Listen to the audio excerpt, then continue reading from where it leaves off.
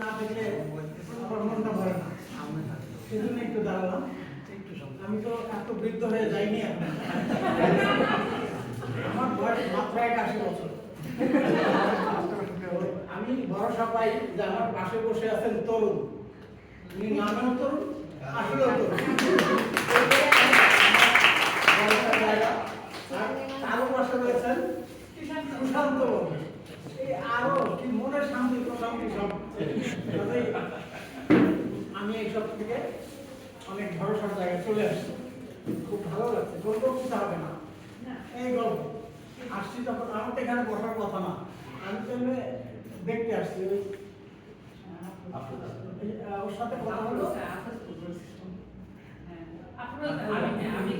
কালকে কথা হয়েছিল যে আজকে ক্লোজিং, আমি বললাম কালকে যাবো দেখতে।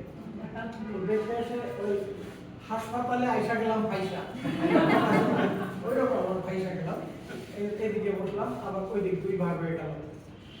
এই আজকে যারা ছবি এখানে প্রদর্শনী করছে প্রত্যেকে আমার শিক্ষক, আমি সবার কাছ থেকে কিছু কিছু শিখে গেছি। এইটাই হলো আমার পাওয়া, এটাই আমার লাভ, এটাই আমার অর্জন, এটাই আমার সম্পদ।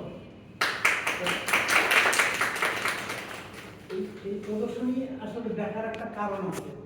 যেসব শিল্পীরা রেগুলার প্রদর্শনী দেখে তারা আসলে তাদের আঁকাটা আস্তে আস্তে ডেভেলপ করে। কেন আমি একক, আর অনেকের ছবি, অনেকের আইডিয়া, অনেকের রঙের ব্যাপার, অনেকের প্রকাশ, অনেকের ড্রয়িং, এইগুলো মিলিয়ে এই যে নতুন নতুন জিনিস দেখতে পাচ্ছি, শিখতে পারছি, এইটা হলো আমার শেখা। এবং আমি মনে করি আমি তাই তাদেরই একজন ছাত্র, সেইভাবে আমি দেখি ছবি। আর ছবি জ্ঞান দেওয়ার মতো জ্ঞান আমার নাই, আমি শুধু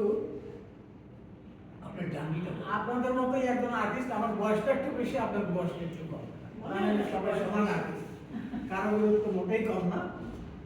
আপনারা যে এইভাবে শো করছেন এটা খুবই ভালো।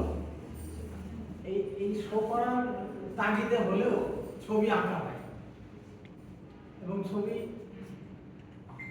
একটা প্রদর্শনী হবে সেই উদ্দেশ্যে আঁকলে কিন্তু ছবি আঁকা হবে না। আপনি ডেইলি যেমন ভাত খান, নাস্তা খান, চা খান, পানি খান, এটাও ওই রকমই। ওই নাস্তার ভাত খাওয়ার চেয়ে অনেক বেশি গুরুত্ব দিয়ে এটা আঁকতে হবে, তাহলে এটা হাত বসে যাবে। গান ডেইলি যদি চর্চা না করেন, গলা না সাজেন, তাহলে গলা বসে যায়, গান গাওয়া যায় না। এই ক্রিয়েটিভ কাজ সব কিছুই রেগুলারই করতে হয় আসলে।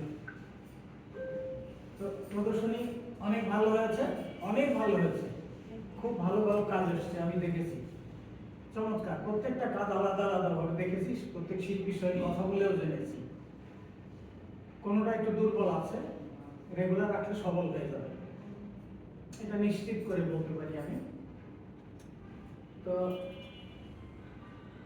আমাকে যে এখানে সম্মান দিয়ে বসালেন সেজন্য আমি কৃতজ্ঞ এবং ধন্যবাদ জানাই সবাইকে।